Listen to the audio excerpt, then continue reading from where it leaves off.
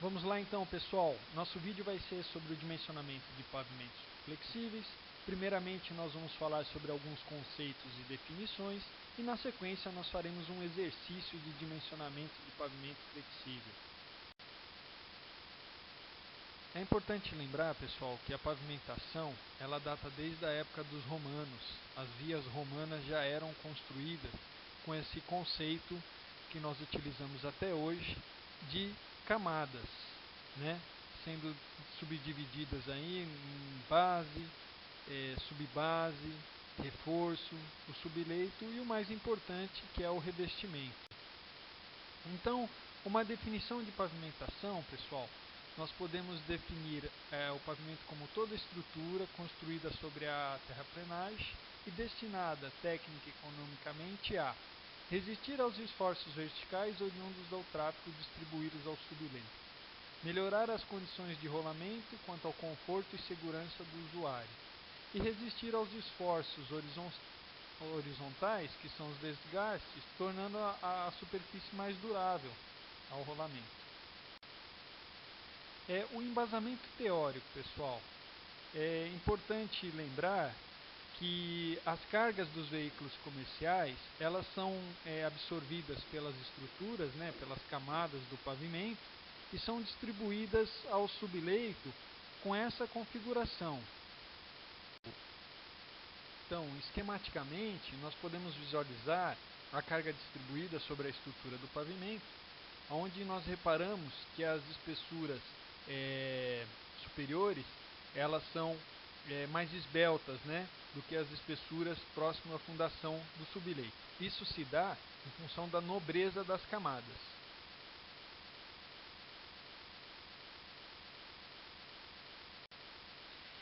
O conceito de carga de roda equivalente. É a carga sobre uma roda simples, com a mesma área de contato de uma das rodas de um conjunto, que produz o mesmo efeito desse conjunto a uma determinada profundidade. Então, a legislação brasileira ela estabelece os seguintes limites de carga por eixo. Se for o eixo simples com roda simples, que seria o quê? Aquele eixo direcional dos caminhões e dos ônibus, né, com um pneu só, é de 6 toneladas. Já o eixo simples roda dupla, que é o nosso, vamos dizer, eixo padrão para o método de dimensionamento que nós temos disponíveis, né, seria do máximo de 10 toneladas. E o eixo tandem duplo, o máximo de 17, e o eixo tandem triplo, o máximo de 25,5 toneladas. Mais adiante nós vamos ver a exemplificação desses eixos. Como a pressão é aplicada, ela é reduzida com a profundidade, as camadas superiores estão submetidas a maiores pressões, exigindo, na sua construção, materiais de melhor qualidade. Para a mesma carga aplicada, a espessura do pavimento deverá ser tanto maior quanto pior forem as condições do material do subleito. Sem rigorismo extremo, podemos mencionar que a regra é que o subleito ruim e a carga pesada levam a pavimentos mais espessos. E para subleitos de boa qualidade e carga leve, leva a pavimentos delgados. Então aqui nós podemos visualizar, né, uma seção aí de uma rodovia, onde essa parte cinza escura seria o nosso revestimento, logo abaixo vem a nossa base, a camada de subbase, o reforço do subleito e o subleito, que seria o terreno natural lá, após a sua raspagem, né, é feita a recompactação, a gente determina como subleito.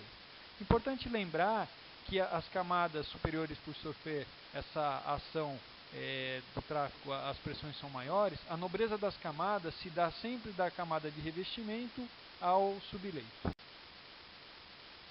Então, o revestimento, ele também é chamado de capa de rolamento ou simplesmente capa. É a camada, tanto quanto possível, impermeável, que receba diretamente a ação do tráfego e é destinada a melhorar a superfície de rolamento quanto às condições de conforto e segurança, além de resistir ao desgaste, ou seja, aumentando a durabilidade da estrutura.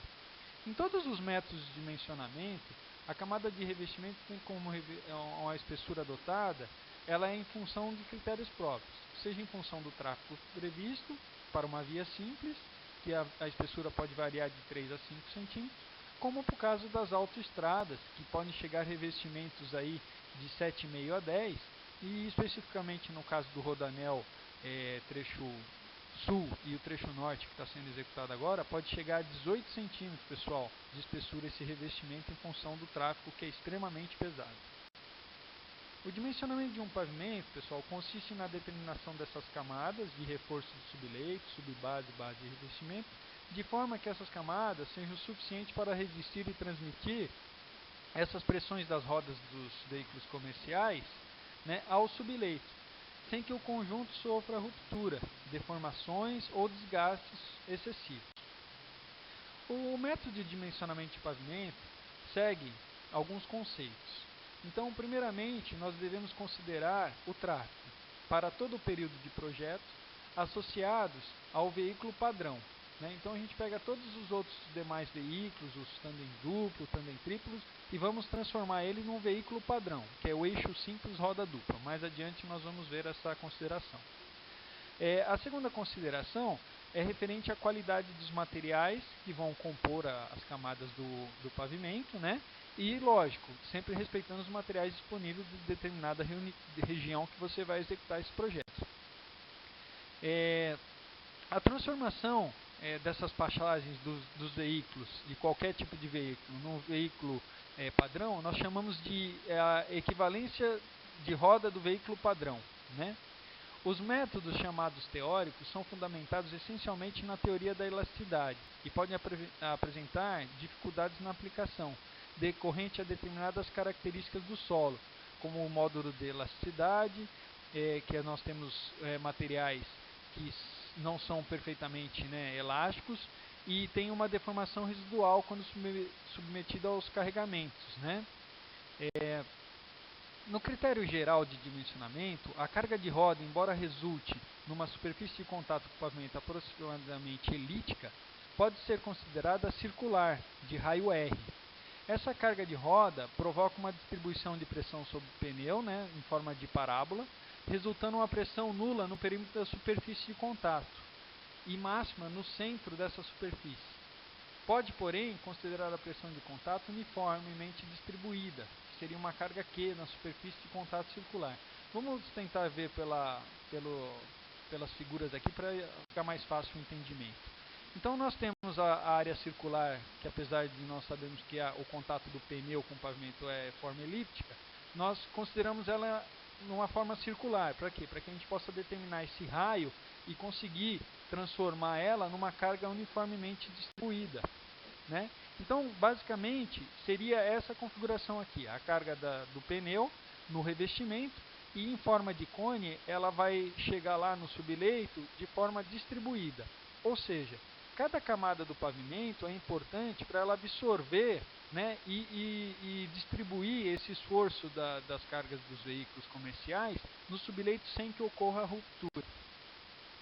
Então, dimensionar o pavimento consiste em participando de uma carga repetida provocada pelo tráfego, em função das condições do suporte do subleito, que nós já dissemos anteriormente, calcula-se a espessura total necessária para se proteger o subleito dessas cargas aplicadas pelo tráfego. Então, são três elementos que devemos considerar inicialmente.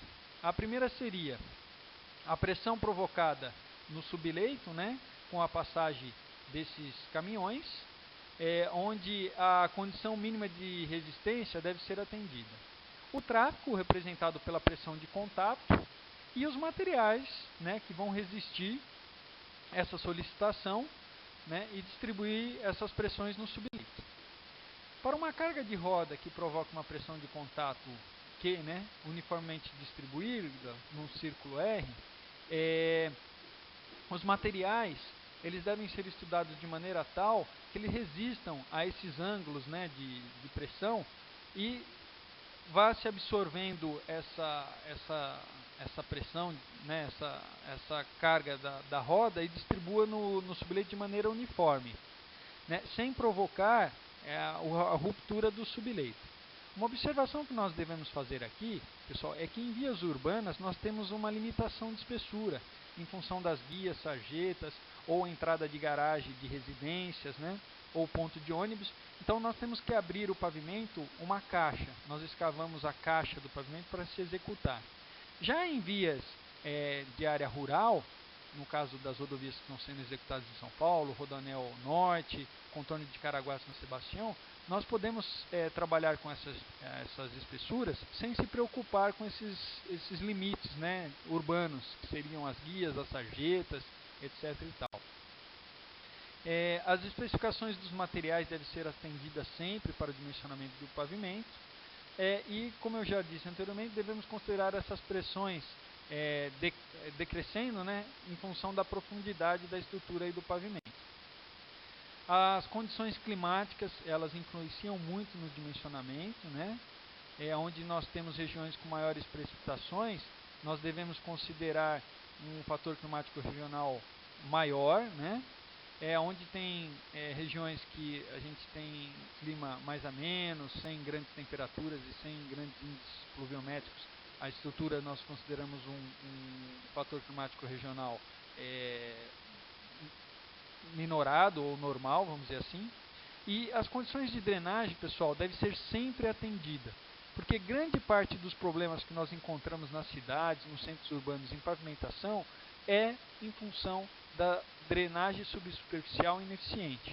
Então, o pavimento, mesmo que bem dimensionado, se a drenagem subsuperficial não for bem tratada ou observada na execução do projeto, você corre grande risco do seu pavimento sofrer o que nós vemos aí nos grandes centros, né? Sofrer uma deterioração precoce e causar prejuízo aí aos transeuntes, aos condutores da cidade.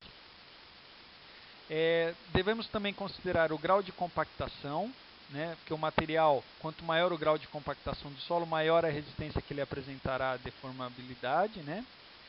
A velocidade da aplicação da carga pode ter influência no comportamento do pavimento e a manutenção do pavimento ao longo do tempo de operação. Evidentemente é um fato super importante, pessoal, porque quando nós dimensionamos um pavimento flexível, nós dimensionamos ele para 10 anos, né, e o pavimento rígido para 20 anos. No nosso exemplo aqui, nós vamos falar então em 10 anos, que é o método de dimensionamento para pavimentos flexíveis. Mas nós devemos saber que ao longo desses 10 anos, nós devemos fazer algumas manutenções preventivas para que o pavimento não se deteriore, né? Não quer dizer que você dimensionou para 10 anos e você não vai mexer naquela estrutura por 10 anos. Se aparecer uma fissura, você tem que ir lá e selar.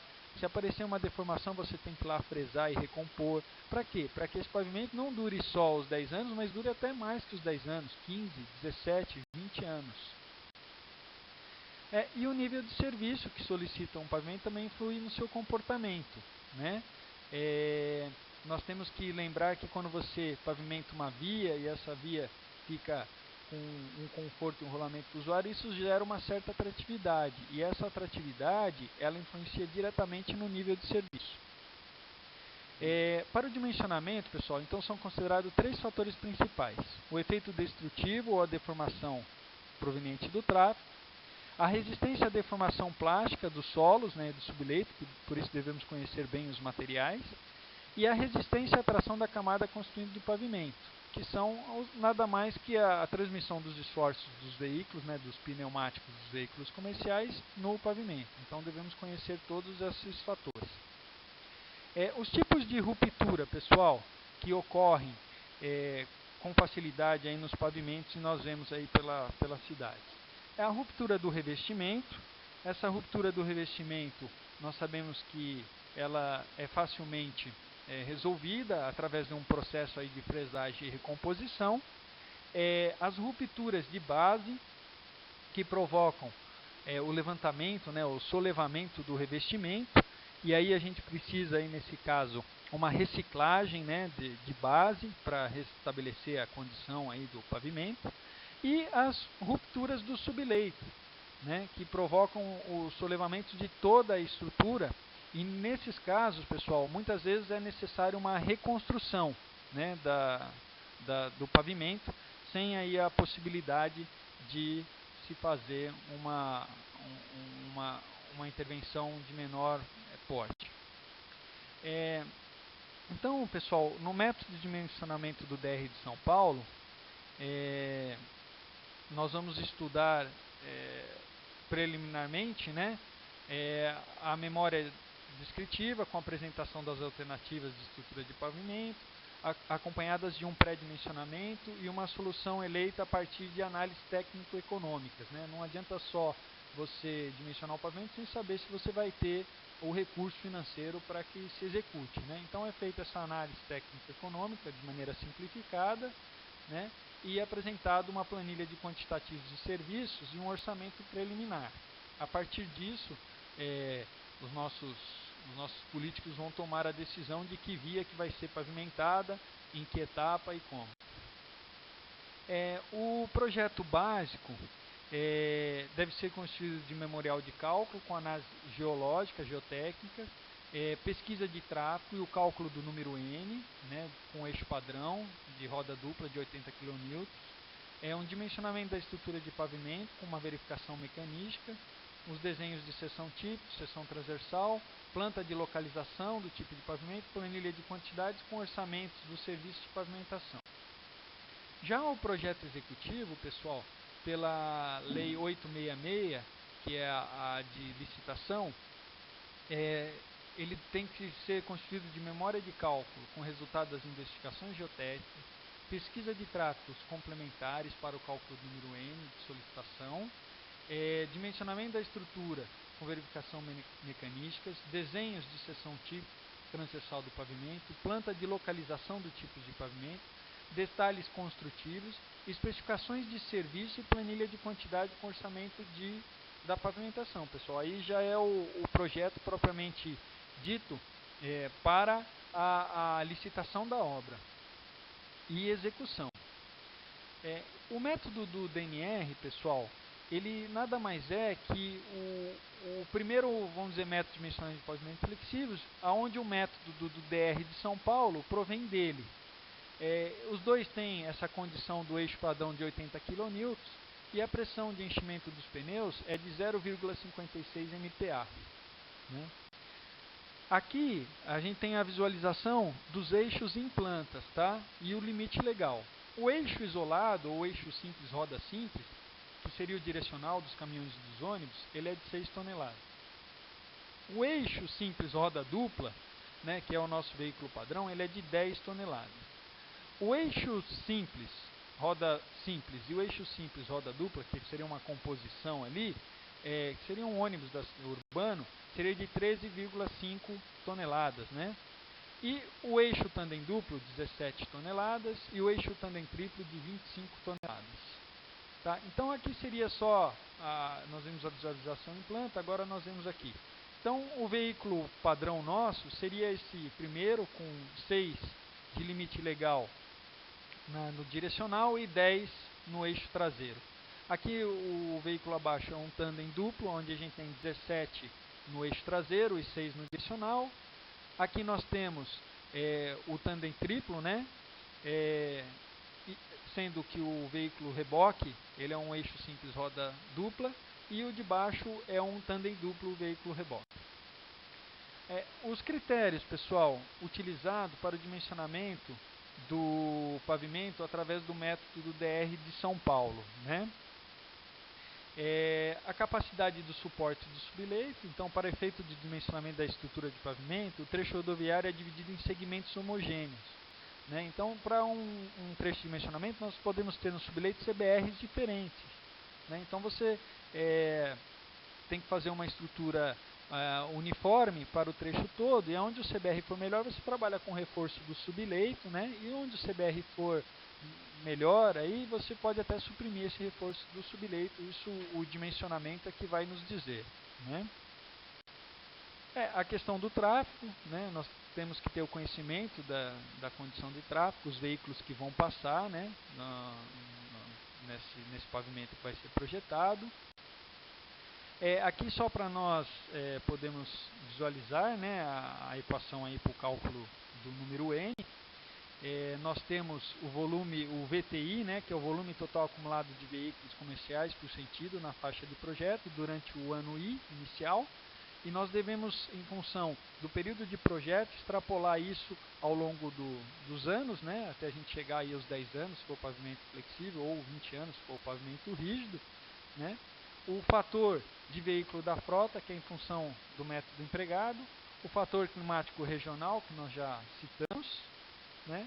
E com esses dados, que mais adiante nós podemos ver que vêm de tabelas, né, extraídos de tabelas de contagem, nós podemos calcular o volume total acumulado de veículos comerciais através dessa fórmula que nós vemos aqui. O VDM seria o nosso volume diário médio de veículos comerciais durante o ano I. O 365 corresponde ao período de um ano, né, os dias referentes a um ano. O D é a distribuição direcional e o FT é a porcentagem de veículos comerciais na faixa de projeto. Aqui então são só as definições do volume diário médio do veículo, o fator de veículos da frota. Para a determinação do fator de veículo, pessoal, é necessário inicialmente determinar o fator de equivalência de operações de cada um dos veículos que trafegarão sobre o pavimento, que é o produto entre o fator de eixo e o fator de carga. A determinação do fator de carga, pessoal, possui duas metodologias. Uma é do ZASE, né, que é o Corpo de Engenheiros do Exército Americano, e a outra, pessoal, é da AASHTO, né, que também é de um órgão americano. O fator climático regional, nós já citamos anteriormente, para as considerações do efeito causado pelas variações da umidade nos materiais, isso influencia aí no nosso dimensionamento. Nós temos que considerar aí um fator climático regional, que no caso do Brasil é adotado sempre um, né?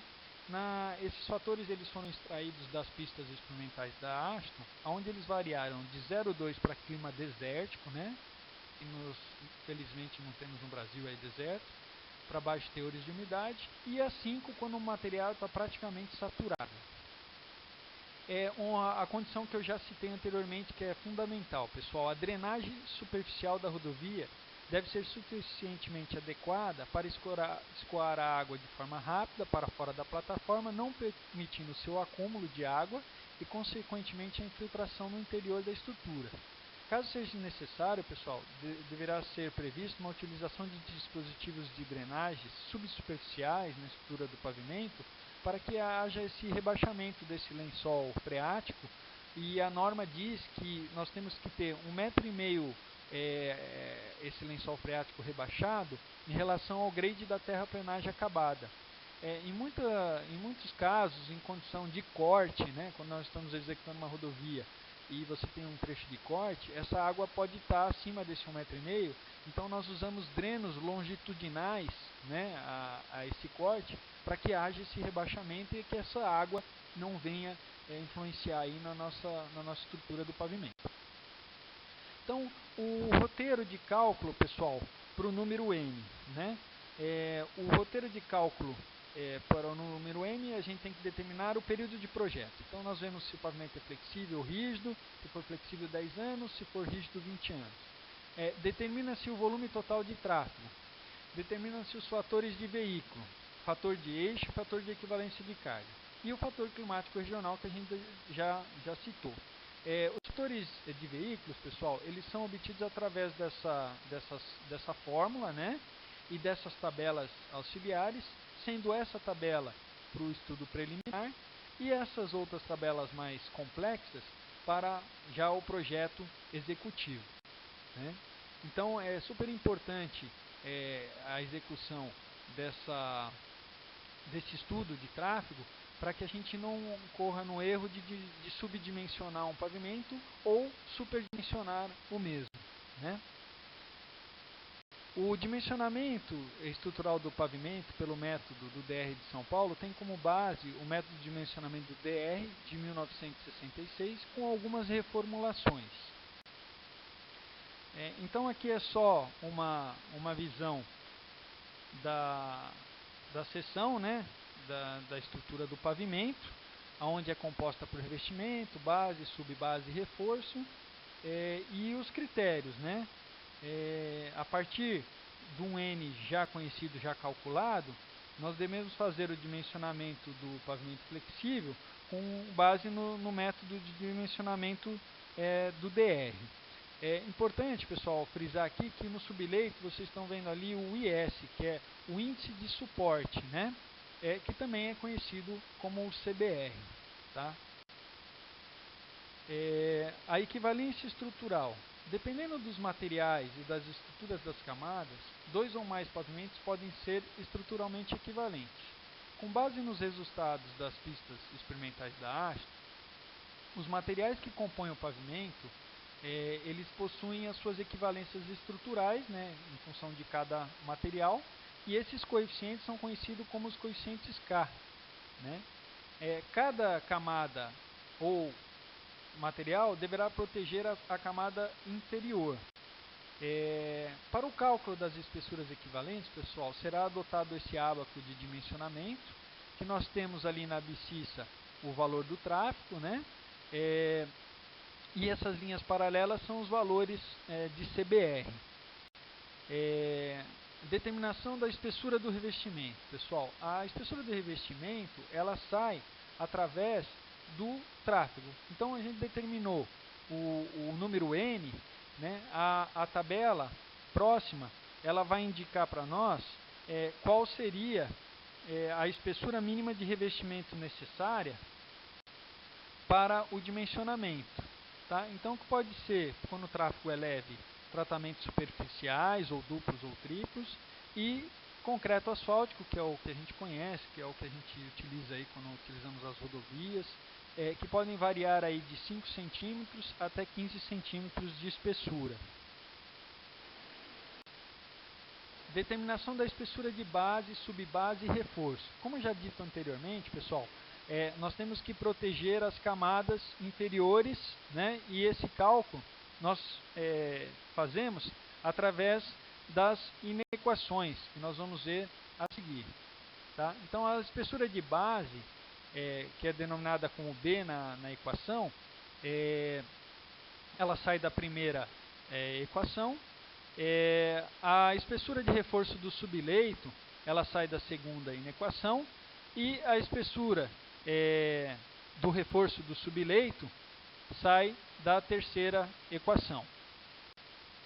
Tá? Aqui, pessoal, para cada tipo de material, né, seja o revestimento asfáltico, onde o coeficiente estrutural é dado como 2, seja as bases de revestimento pré-misturado, que é dado com 1,7, cada material ele tem o seu coeficiente estrutural, e no dimensionamento ele deve ser observado e respeitado. A espessura total da base de revestimento necessária para proteger a subbase deve ser determinada, pessoal, usando a capacidade de suporte, né, o índice de suporte Califórnia, ou CBR, igual a 20, pessoal.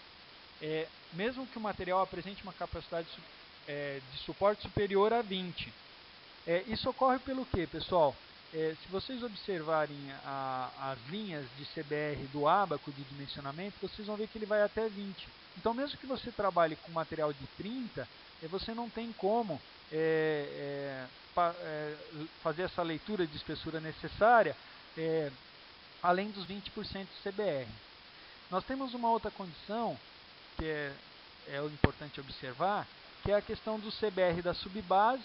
Se ele for igual ou superior a 40 e o N for igual a 5 vezes 10 a sexta, admite, pessoal, substituir na primeira inequação 80% só do H20. Né? Então, para aquela condição onde o tráfego é baixo e o CBR, a capacidade de suporte é alta, a gente pode otimizar a espessura da estrutura, né? As espessuras da estrutura a ser dimensionada. Agora, quando a gente tem um N de 5 vezes 10 a sétima, que seria aí um tráfego elevado, considera substituir, pessoal, H20 por 1,2, ou seja, a gente tem que majorar essa equação para que a gente possa proteger aí a estrutura desse tráfego pesado. E a última observação aqui importante, a espessura mínima a ser adotada para camadas granulares, pessoal, é de 10 centímetros. O coeficiente estrutural, pessoal, ele tem essa correlação que deve ser respeitada sempre da camada superior que vai proteger a inferior, né? Então, nós temos que verificar essa correlação entre o CBR do reforço para o subleito, da subbase para o reforço, para que a gente extraia aí o coeficiente estrutural dessas camadas quando elas forem granulares. Recomendações gerais, pessoal. Pensando, então, aí já na rodovia a ser executada, nós temos que ter algumas considerações. As camadas de reforço subleito, subbase e base podem ser idênticas para a pista de rolamento e para o acostamento. Isso ocorre em grandes obras, no caso do rodanel. Por quê? Porque você sabe que ali vai ter uma ampliação futura e aquele antigo acostamento ele vai virar uma pista de rolamento, sendo implantado um novo acostamento adjacente ali. Agora, quando você está pensando em estradas aí mais, vamos dizer, afastadas dos grandes centros urbanos, onde você não tem grandes recursos e o tráfego também não vai crescer aí com um crescimento exponencial ao longo dos anos, nós consideramos na ordem de 5%, pessoal, esse percentual de tráfego para o acostamento. Para rodovias de tráfego pesado, com número de equivalências da operação do eixo padrão igual ou superior a 5 vezes 10 a sétima, a gente recomenda utilizar no acostamento a ordem de 10% de tráfego da pista. Lembrando que o acostamento, pessoal, ele não é pista de rolamento, ele é só para paradas em urgências, em emergências, né? Então, vamos para a parte do exercício, né? Vamos resolver um exercício passo a passo para que vocês consigam visualizar como se dimensiona um pavimento flexível, né? Eu já recebi então as minhas pesquisas de tráfego, né, e eu recebi um valor do número n de 2 vezes 10 a sétima. Eu vou utilizar na base uma BGS, que seria uma brita graduada simples, e os outros parâmetros que eu consegui extrair lá, tanto dos ensaios geotécnicos, como dos materiais na região disponíveis para minha utilização no meu dimensionamento, um CBR do subleito igual a 5%, um CBR de material de reforço que eu encontrei numa jazida próxima à obra de 10%, e um CBR da subbase, que vai ser um material britado, possivelmente um rachão, de 20%. Feito isso, pessoal, feito esses estudos preliminares, tendo essas informações, eu vou começar então o dimensionamento do meu pavimento flexível. Então, quais são as etapas? Passo a passo.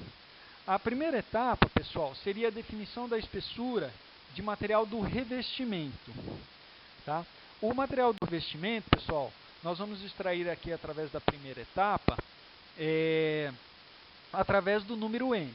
Então, aquela informação inicial que eu tinha do meu n, né, que chegou de 2 vezes 10 a sétima, mostra que ele está nesse intervalo, onde eu preciso de um concreto asfáltico com 10 centímetros de espessura.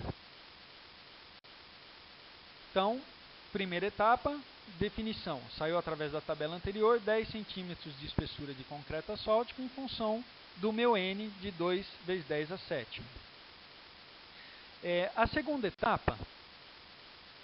etapa, pessoal, é a obtenção do HM através do ábaco de dimensionamento.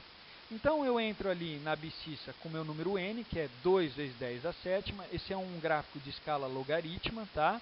Então, embaixo ali do 10 a sétima é o nosso valor, né, de tráfego. Nós vamos fazer a leitura ali. Para 2 vezes 10 a sétima, eu subo até o meu CBR lá do subleito, que saiu do estudo geológico geotécnico, de 5, e faço a leitura da espessura do pavimento em centímetros necessária. Eu consegui fazer a leitura ali pelo ábaco de 70 centímetros. A segunda etapa, pessoal, ainda dentro da segunda etapa, nós vamos fazer a leitura da espessura necessária para proteger o reforço, né, do subleito. A gente entra com o mesmo 2 vezes 10 a sétima, que é o nosso tráfego, e vamos até a linha do CBR lá, de 10, que é o CBR que nós encontramos lá para o nosso reforço do subleito. Fazemos a leitura no ábaco e verificamos aí 45 centímetros de espessura necessária para proteger o nosso subleito. E, por fim, nós verificamos aí a subbase, né, que seria o nosso H20, né, ele tem essa denominação de H20 para lembrar que mesmo que o material tenha um CBR de 30, a gente só vai conseguir fazer a leitura até a linha aí do CBR de 20. Então, para o N de 2 vezes 10 a sétimas, nós fazemos a leitura lá e vamos encontrar ali aproximadamente um valor de 30 centímetros. Então, a segunda etapa de resolução está concluída, né? Achamos o HN 70 centímetros, o HN 45, o H20 de 30. Né? Feito isso, nós temos que pegar os coeficientes estruturais em função de cada material que nós aplicamos na camada, né? na estrutura do pavimento. Então, para a camada de rolamento, né? Nós usamos o concreto betuminoso, que foi aquela espessura que nós extraímos da primeira tabela, e nós verificamos que o coeficiente estrutural dele é 2. Para a camada de brita graduada, que seria a nossa base, nós encontramos 1,10, né? 1,1.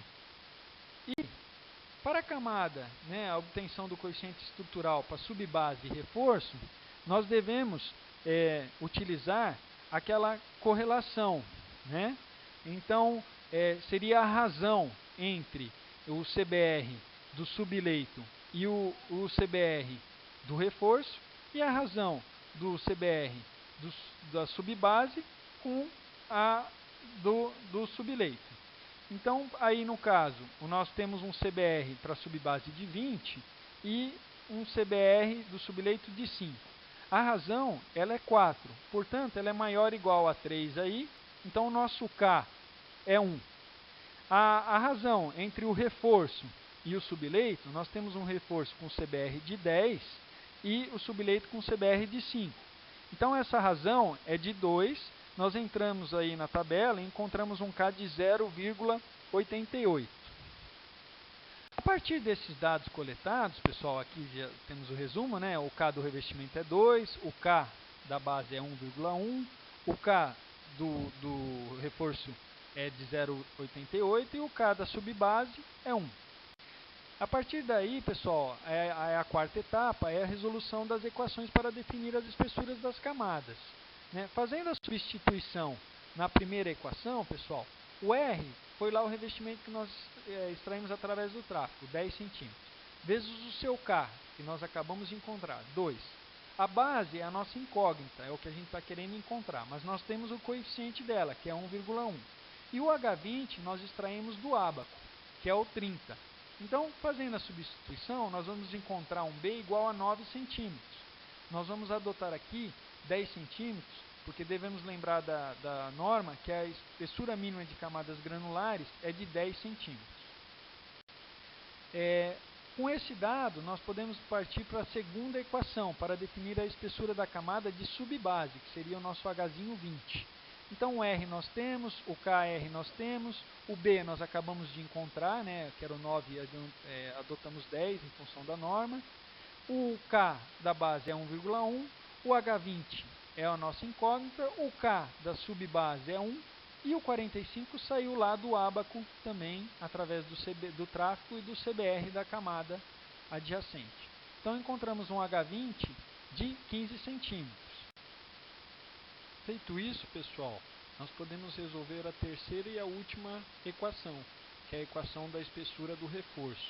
Então, só recapitulando, o R nós temos, que é o 10, o K do R é o 2, a base nós encontramos 10 centímetros, o K da base 1,1, o Hzinho 20 nós encontramos é 15, o K da subbase é 1, o HN é a nossa incógnita, o KR, o 0,88 saiu daquela razão, né, dos coeficientes estruturais, e o HN nós vemos no ábaco de dimensionamento 70 centímetros.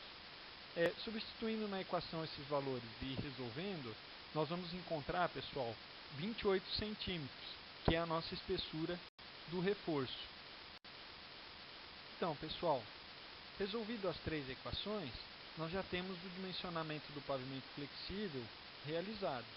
Então, nós encontramos lá o revestimento de 10 centímetros, que foi através daquela tabela das espessuras em função do tráfego.